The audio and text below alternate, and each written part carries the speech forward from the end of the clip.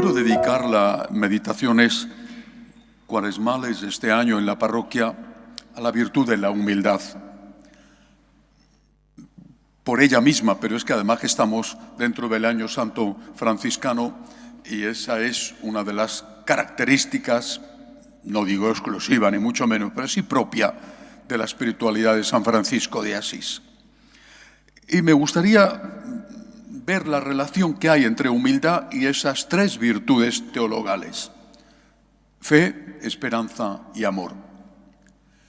Cuando se ha estudiado la fe, los grandes estudiosos de la fe, los grandes teólogos, la han visto generalmente desde la perspectiva de demostrar la existencia de Dios. Pienso en un Santo Tomás de Aquino con las 5 vías para demostrar la existencia de Dios, el motor inmóvil, en fin. Bien,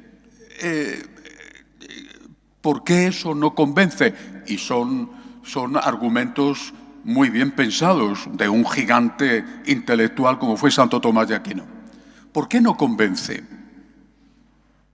Y seguro que todos tenéis personas próximas a vosotros, en la familia o en el trabajo, a los cuales más de una vez, incluso sin haber estudiado en qué consisten las 5 vías de Santo Tomás, le habéis dado argumentos. Oye, ¿pero tú crees que esto todo puede ser fruto de la casualidad? Bueno, y sin embargo, no terminan de convencer. Y no es un problema de las vías, no es un problema de argumentación. Otros se han acercado a la fe intentando presentarla a quien no tiene fe o a quien la rehúye. Se han acercado a la fe desde una perspectiva moral. Han dicho, mira, cuando no hay fe, tú estás, desde el punto de vista ético, a merced de ti mismo. No hay nadie fuera de ti que te pueda decir con autoridad, esto está mal. Te podrán decir con autoridad, esto es ilegal, pero no, esto está mal. Es diferente el concepto de ética, de moralidad, que el concepto de legalidad. Y sabemos, desde siempre, pero estos años es muy evidente, que no solo echa la ley, echa la trampa, sino que la ley cambia según llega un nuevo equipo de gobierno. Y eso pasa en todos los sitios, Y lo que antes era un delito, pues ahora resulta que es un derecho. Por ejemplo, el aborto. Entonces, este argumento de decir, mira, tú tienes que ser consciente de que al no tener fe en Dios, tú te conviertes en el que te da la ética a ti mismo o te dejas condicionar, quizá inconscientemente, por la ética ambiental. Vale. Hay momentos en la historia de la humanidad y desde luego en la corta historia de cada uno de nosotros en que el ambiente te decía esto es horrible, repito, incluso delictivo. Pero después eso va cambiando, lo van cambiando con un proceso muy bien pensado de ingeniería social y eso termina por convertirse en algo normal o, como he puesto el ejemplo del aborto, como un derecho. Si tú no tienes una voz externa a ti con autoridad, estás a merced de tus intereses o a merced de lo que te están diciendo que tienes que considerar bueno o malo. Hay un viejo refrán que dice, si no vives como piensas, terminarás por pensar como vives. No puede que estar todos los días con el run run en la cabeza de he obrado mal, he obrado mal, he obrado mal, y termina por decir, bueno, esto no está tan mal, o esto lo hace todo el mundo. Este es un argumento, el argumento moral que se da cuando una persona no tiene fe. Argumento, digamos, de filosofía, de razón, argumento moral. Incluso hay un tercer argumento, ¿vale?, que era el argumento que se usa después de la Ilustración, las primeras monarquías constitucionales, todo para el pueblo pero sin el pueblo. Es decir, vamos a ver, conviene que haya religión porque la gente está un poquito más controlada, y si no hubiera religión esto sería mucho peor. Y por eso gobernantes, no de los de ahora, bueno, gobernantes de aquella época que no tenían fe, Sin embargo, estaban a favor de que hubiera una cierta protección a la religión. Por supuesto, hablamos del mundo católico, pero también existía en otros países, en otras religiones. Conviene que haya una religión porque eso tiene a la gente sujeta, y si no, sería mucho más difícil controlar. 3 argumentos clásicos a favor de la fe, 3 argumentos que seguramente alguno de vosotros ha empleado alguna vez con un hijo para convencerle de que tiene que haber alguien fuera de nosotros que haya creado este maravilloso, complejo, inmensísimo universo. Hay más estrellas, no digamos ya planetas, en el universo que arenas, granos de arena en todas las playas de la Tierra. Y esto es un dato científico. El universo es inmenso, no digo infinito, aparte de sí. La tesis de que el universo se expande hasta que vuelva a concentrarse es una tesis que no está demostrada, pero en todo caso es inmenso. ¿Cómo es posible crear esto? Sin embargo, os habréis encontrado con personas que aún así dicen, no tengo fe. Le puedes decir lo que quieras, no tengo fe. ¿Cómo actúa la humildad con los ateos o con los agnósticos? Después voy a hablar de cómo actúa la humildad con los que somos creyentes y en particular con los que somos católicos. ¿Qué le puedes decir desde esta perspectiva de la humildad al que no tiene fe, que no quiere asumir lo que es lógico, que todo esto no puede ser fruto de la casualidad, que no quiere asumir de que está a merced de su propio capricho o de la manipulación externa, y que ni siquiera quiere asumir que es conveniente que la gente tenga fe, porque si no, esto es un desmadre absoluto? ¿Qué le puedes decir? ¿Cuál es el origen? El origen es el pecado original. El origen es la creación, pero después viene el pecado original. ¿En qué consiste el pecado original? El pecado original consiste en una tentación en la cual Adán y Eva caen, y es ser dioses, querer ser dioses. Eso es lo que le promete la serpiente, el demonio. Para ser dioses, les dice, tenéis que desobedecer, tenéis que comer la fruta del árbol prohibido, el árbol de la ciencia del bien y del mal. Traducido a nuestro idioma, tenéis que decidir por vosotros mismos qué es bueno y qué es malo. Es decir, el relativismo, el subjetivismo, lo que está pasando ahora. Yo decido por mí mismo qué es bueno y qué es malo. Soy Dios. No tengo a nadie fuera.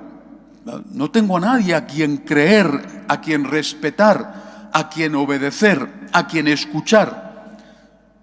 Ingenuamente, claro, porque estás escuchando al famoso que sale en la televisión, al discurso manipulado del político o incluso a conceptos, pseudoconceptos de ciencia.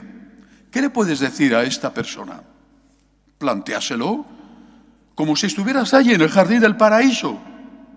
Plantéaselo como si fueras el abogado defensor de Dios nuestro Señor, que se va a encontrar con el tentador que es el demonio. ¿Qué le puedes decir a Adán y Eva, a esa persona? Le puedes decir, pero tú te está ofreciendo ser Dios, te lo está ofreciendo, pero tú eres Dios. Preguntarle esto a los ateos. Oye, perdona, solamente es una pregunta. ¿Tú eres Dios? ¿Tú eres Dios? Seguro que van a contestar, yo no soy Dios. Vamos, quizá algún loco piense que él es Napoleón, no lo sé. Pero tú no eres Dios. No, yo no soy Dios. Has hecho un primer acto de humildad. Has empezado bien. Yo no soy Dios. Qué bien has empezado. Y ahora le preguntas, ¿y tú, que sabes que no eres Dios? Menos mal. ¿Quieres ser Dios? La tentación. ¿Quieres ser Dios? No, ¿cómo voy a querer yo ser Dios? Yo no quiero ser Dios, menudo lío. No, yo no, ni soy, ni puedo serlo, ni tampoco quiero serlo. Ni lo soy, ni lo puedo ser. Siguiente pregunta. ¿Y por qué te comportas como Dios? No eres Dios. Y dices que no quieres ser Dios y que no puedes serlo. ¿Cómo vas a ser Dios? A ver, ¿y por qué te comportas como Dios? Esa es la clave del problema. Es decir, la perspectiva intelectual para convencer a la gente de que la fe es lo más lógico y racional del mundo y que lo irracional y absurdo es creer que esto es fruto de la casualidad, que hay que ser tontos para creerse esto, o interesados. La perspectiva moral de que tener fe te sostiene un poco en la lucha de la vida y te impide hacer cosas que te van a hacer daño o que van a hacer daño. Incluso la perspectiva sociopolítica de que conviene que haya fe para que la gente esté un poquito más atada y no descontrolada, choca con una barrera. ¿Cuál es la barrera? La tentación. Yo quiero ser Dios. Y tienes que desnudar esa barrera. No tienes que argumentar en cosas que te van a rechazar. ¿Por qué? Porque no les interesa. La inmensa mayoría de la gente atea, hay que dejar siempre alguna excepción, porque en la vida hay que dejar siempre excepción para todos, ¿eh? Bueno, incluso te puedes encontrar hasta con algún socialista o comunista honesto, porque a verlos los hay. Siempre hay que dejar excepciones en la vida, ¿eh? Pero en este caso, la inmensa mayoría, lo que pasa es que le molesta que Dios exista. ¿Por qué? Porque tienen que someterse a alguien que está fuera de ellos. Alguien que les dice, como si fuera un Pepito Grillo en su conciencia, esto no lo puedes hacer. Entonces matan al mensajero. ¿Y quién es el mensajero? La conciencia. ¿De quién es el mensajero? De Dios. Matamos al mensajero y así hago lo que quiero y encima me considero buenísimo. Atácale por ahí. ¿Eres Dios? No. Bien, un buen paso adelante. ¿Puedes ser Dios? Hombre, no. Entonces, ¿por qué quieres ser Dios? Plantéatelo. Ah, pero yo no quiero ser Dios. ¿No te estás comportando acaso como Dios? Es decir, ¿no estás, quizás sin darte cuenta, convirtiéndote en el centro, en el sol, alrededor del cual tiene que girar el planeta? ¿No te estás comportando como el centro que exige que los demás vivan para él? ¿Que exigen que los demás te hagan feliz? ¿Que los demás te sirvan? Porque esto es querer ser Dios. Cuando la serpiente tienta a Adán y Eva, lo que le está diciendo es: haz las leyes morales a tu medida. Esa es la tentación. Decide por ti mismo qué es bueno y qué es malo. Haz las leyes morales a tu medida. No escuches ninguna voz externa. Pero lo que le está diciendo es: y así serás Dios.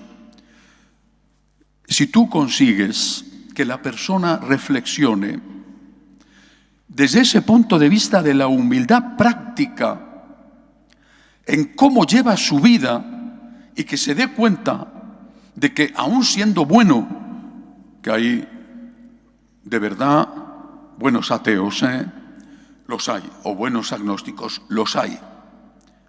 Pero también, si son honestos, tienen que reconocer que cuando llegan a un nivel, ahí se quedan, porque no hay nada fuera de ellos que les diga: te estás equivocando, tienes que pedir perdón. Algunos tienen un nivel altísimo, de verdad, son personas nobles y buenas, y muchas veces son personas además que, aunque hayan rechazado la fe de sus padres, tienen la herencia ética que han vivido y aprendido por el ejemplo en su casa. Tú consigues que ellos se planteen esto: no soy Dios, no quiero ser Dios, no puedo ser Dios. Entonces, ¿qué estás haciendo? Hace muchos años, cuento una experiencia de hace muchos años.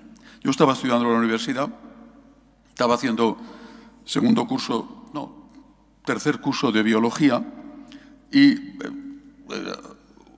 ahora ya no estoy seguro si era tercero o cuarto de los 5 años de biología que estudié, y tenía una profesora que era profesora de botánica, era catedrática adjunta, era una mujer atea, lo declaraba en clase, bien, no pasaba nada, ¿no?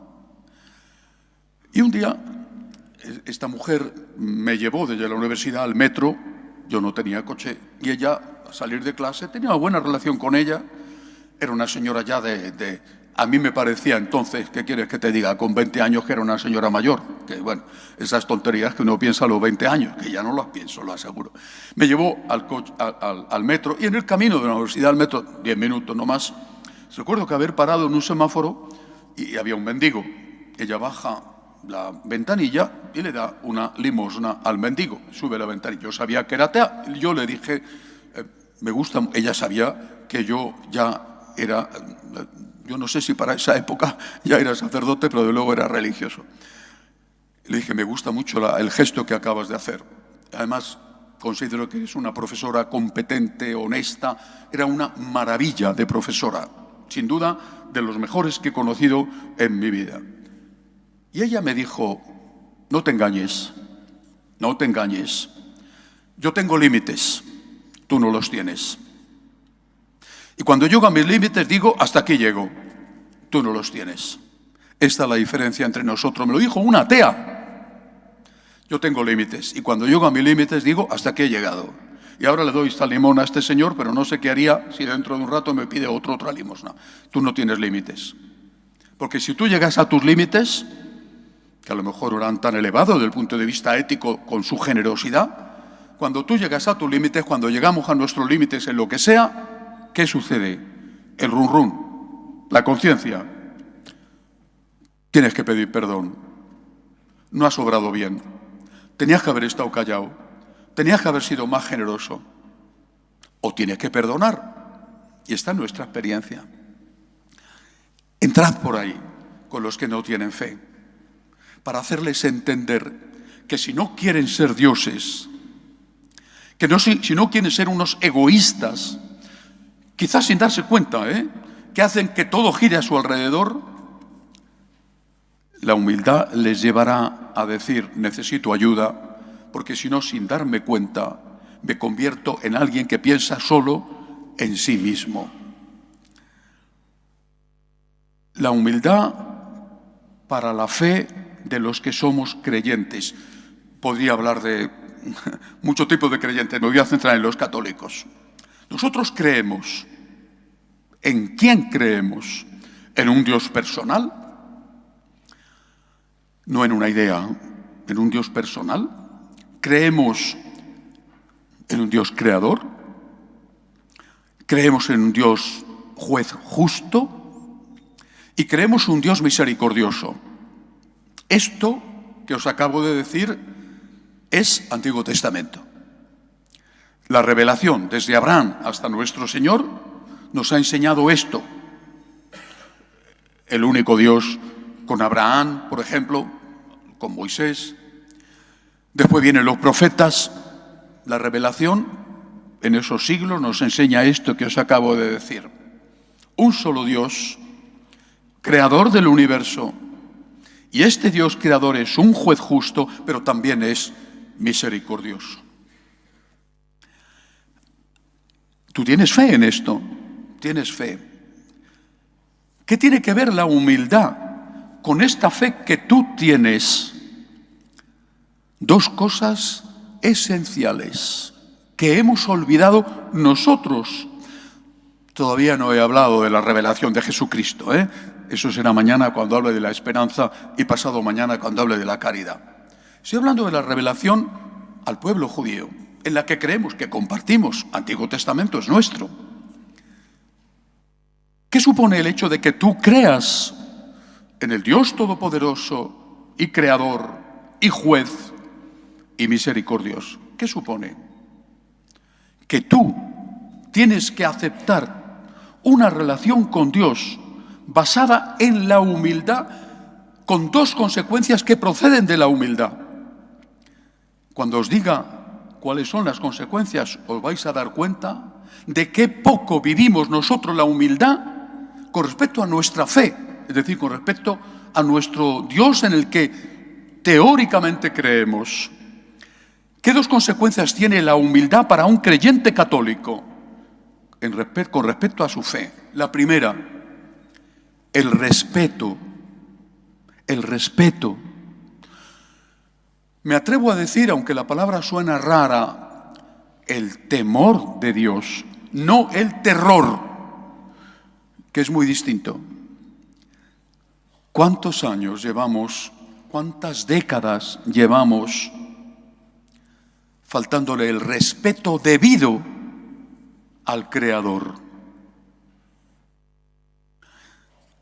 Decía el Papa Benedicto XVI en uno de sus más famosos discursos, que para mí fue esencial al darme la línea de lo que tenía que hacer con los franciscanos de María, y a partir de ahí empecé a programar cada año un curso de formación. Estoy ya preparando el curso 15.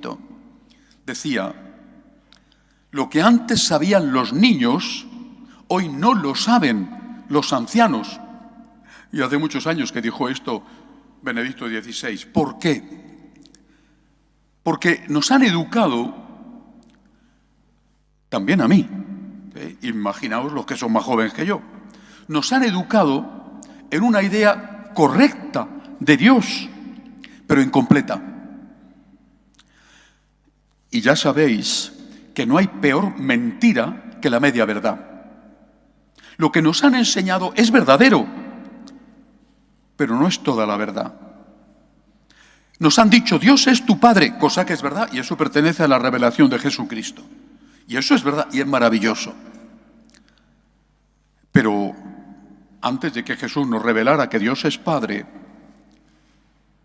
nos había revelado Dios, la Santísima Trinidad, nos había revelado que Dios es Señor, Creador, Todopoderoso, Juez y también misericordia.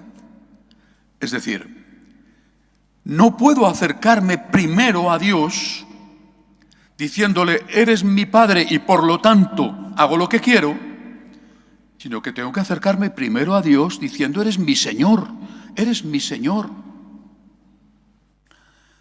Yo soy tu criatura, he sido creado por ti, una criatura amada, pero una criatura.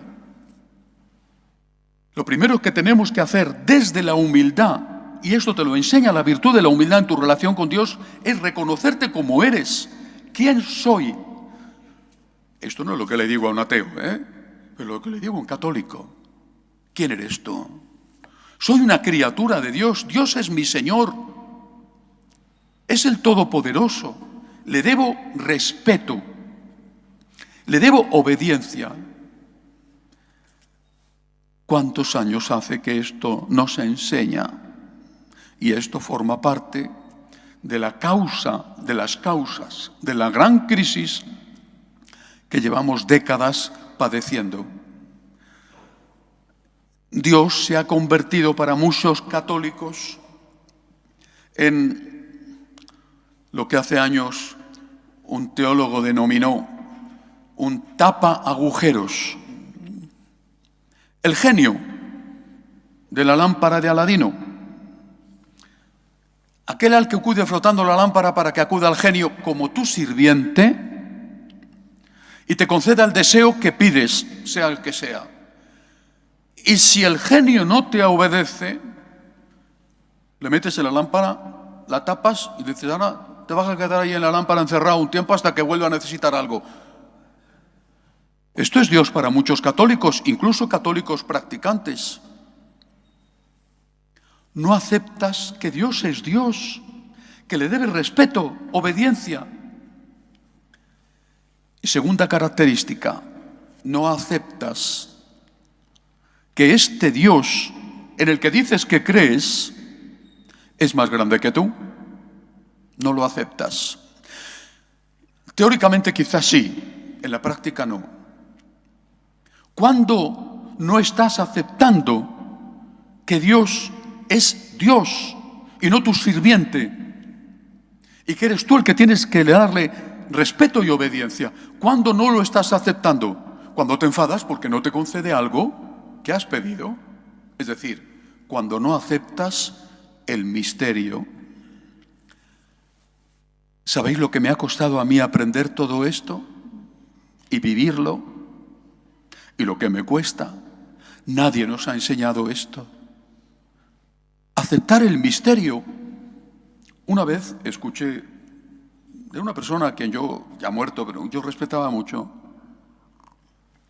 decir algo que a mí me sorprendió, no digo que me escandalizó, pero me sorprendió, nunca lo había oído. Hablaba de la antigua liturgia preconciliar y de la nueva liturgia. Y estábamos un grupo de jóvenes que nos preparábamos para ser religiosos, él decía, comparaba una cosa y otra, pros y contras. Y decía, la antigua liturgia, el sacerdote estaba de espaldas, hablaba un idioma extraño, hombre, para nosotros no tan extraño, pero en fin, yo recuerdo de niño que tenía un misalito con una página en latín y la otra página en español. Y si el cura decía Dominus vobiscum, yo tenía que contestar con el Espíritu tuo, pero en la página de al lado sabía que Dominus vobiscum era el Señor esté con vosotros, et con el Espíritu tuo significaba y con tu espíritu. O sea que tampoco era tan difícil, pero en fin, él decía, a la gente se la educaba en el misterio, en aceptar el misterio. La liturgia te introducía en el misterio. E introduciéndote en el misterio era un poquito más fácil, o incluso mucho más fácil, entender que no podías entenderlo todo, aceptar que no podías entenderlo todo, convivir con el misterio de Dios. La ventaja de la nueva liturgia era la proximidad, el idioma común, la lengua vernácula que se llamaba, era la cercanía del sacerdote con el pueblo, hablaba de los pros y los contras. Pero es verdad que no nos han educado en el misterio, nos han educado en la soberbia. No digo que haya sido deliberadamente ni que esto tenga que ver con la liturgia exclusivamente, Nos han educado en la soberbia de pretender que tenemos que entenderlo todo. Cuando te ocurre una desgracia, ¿cuál es la primera pregunta en general que la gente se hace? ¿Por qué me pasa esto a mí? Porque quieres entender, como si te sirviera de algo entender, que quizás sería mucho más inteligente hacer otra pregunta. ¿Para qué me pasa esto a mí? Porque a lo mejor el para qué sí que es más fácil de entender. Pues para bajarte los humos un poquito. Bueno, pero no, tú quieres entender. ¿Y por qué? ¿Y por qué? Yo tengo que entender muchas cosas en la vida y lucho por entender, y por eso la importancia de la ciencia, de la filosofía, la investigación. Es lógico, forma parte de nuestra naturaleza querer entender. Pero si yo acepto, porque tengo fe, y estoy hablando para creyentes, que Dios es Dios, tengo que aceptar que es más grande que yo y que no lo puedo entender todo. Oye, que nadie se hace la pregunta de por qué me pasa esto a mí cuando le toca la lotería, o cuando los negocios te salen bien. Nadie entra en crisis. ¡Ay, qué desgraciado soy! Me han tocado la lotería. ¡Ay, fíjate, qué mala suerte! Me han llamado al trabajo con el que llevo soñando toda la vida. Nadie se la pregunta entonces, ¿no? Hay cosas que no entiendo. ¿Y qué? ¿Y qué pasa? A ver, ¿y qué pasa? ¿Quién soy yo? Hay una anécdota preciosa de San Agustín. Él está paseando allí por aquellas playas de África donde era obispo en Hipona. Paseaba por la playa y estaba meditando sobre la Santísima Trinidad, el misterio de la Santísima Trinidad, 3 personas distintas, un solo Dios verdadero. Bueno, y daba vueltas y vueltas, y él, que era una mente portentosa, no lograba entenderlo, quería comprender. Y según pasaba, se dio cuenta de que había un niño jugando en la arena. Entonces no había cubitos de plástico como hoy, Bueno, pero el niño había hecho un agujerito y tenía una concha. Iba y venía desde la orilla hasta el agujerito con su concha llenita de agua. La echaba en el agujerito, evidentemente el agua se filtraba, normal. Y venga, y dale, y el santo paseando hasta que ella dice, bueno, este niño que me está aquí interrumpiendo mis elucubraciones maravillosas sobre el misterio de la Santísima Trinidad, ya se acerca al niño, no sé si un poquito inquieto y molesto, no lo sé. Le dice, pero vamos a ver, ¿qué estás haciendo? ¿Qué estás haciendo, bonito? No sé si le dijo esto, Los santos son mucho más respetuosos. Bueno, ¿qué estás haciendo? El niño le dice lo que era obvio, es que quiero meter el mar en este agujerito que he hecho. Y el santo le dice con esa superioridad que tenemos los adultos con los niños. Bueno, y el santo le dice, pero vamos a ver, tú no te das cuenta de que el mar es muy grande y tu agujerito pequeñito. Y el niño le contesta, ¿y tú no te das cuenta que Dios es infinito y no lo puedes meter en tu cabeza? ¿A qué nos ayuda la humildad a nosotros los creyentes? La humildad nos ayuda a respetar a Dios y a aceptar el misterio. Es imprescindible para no tener crisis de fe, vivir la fe desde la humildad. La humildad te introduce en la fe, te prepara para la fe. Yo no quiero ser Dios, no quiero ser Dios. Y necesito ayuda para no convertirme en el centro. No quiero ser Dios. Necesito ayuda para no convertirme en un egoísta que hace que los demás giren alrededor de él, o que quiere, sin darse cuenta quizá, que los demás giren alrededor de él. Y cuando ya tienes fe, un momento, tengo que entrenarme en esto, entrenarme en que no soy Dios, en que le debo respeto a Dios, en que le debo obediencia a Dios, y entrenarme en aceptar el misterio. Y fijaos bien, lo dice Jesús, el que no es fiel en lo poco, no puede ser fiel en lo mucho. ¿Cómo vas a afrontar la muerte de un hijo si no has aprendido a aceptar el misterio cuando te daba una pequeña enfermedad? ¿Cómo vas a afrontar una crisis familiar grave cuando no te has entrenado en aceptar lo que no entiendes, cuando eso que no entiendes era poca cosa en el fondo? La humildad es la virtud que nos ayuda a tener verdadera fe y a practicar, como tiene que practicar un católico, la fe. Señor, yo no soy Dios, no quiero ser Dios. Tú eres el único que me puedes salvar de este egoísmo, de querer que todos vivan para adorarme a mí. Señor, creo en ti. Soy consciente de que te debo respeto y obediencia, de que tengo mandamientos que cumplir. Y Señor, soy consciente de que hay muchas cosas que no entiendo. Y no pasa nada. Fijaos en las palabras de Cristo cuando está en el huerto de los olivos. Si es posible, que pase de mí este cáliz, pero Señor, que se haga tu voluntad. Y después de la tortura espantosa, en plena crucifixión, asfixiándose, pregunta. Y lo pregunta en voz alta para que nosotros lo oigamos y sepamos que Él sabía muy bien lo que nosotros sufrimos.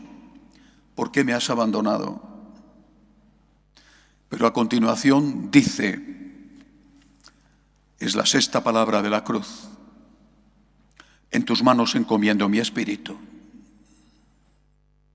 Señor, lo dice con otras palabras, pero dice, Padre, en ti confío, en ti confío. Todo está concluido.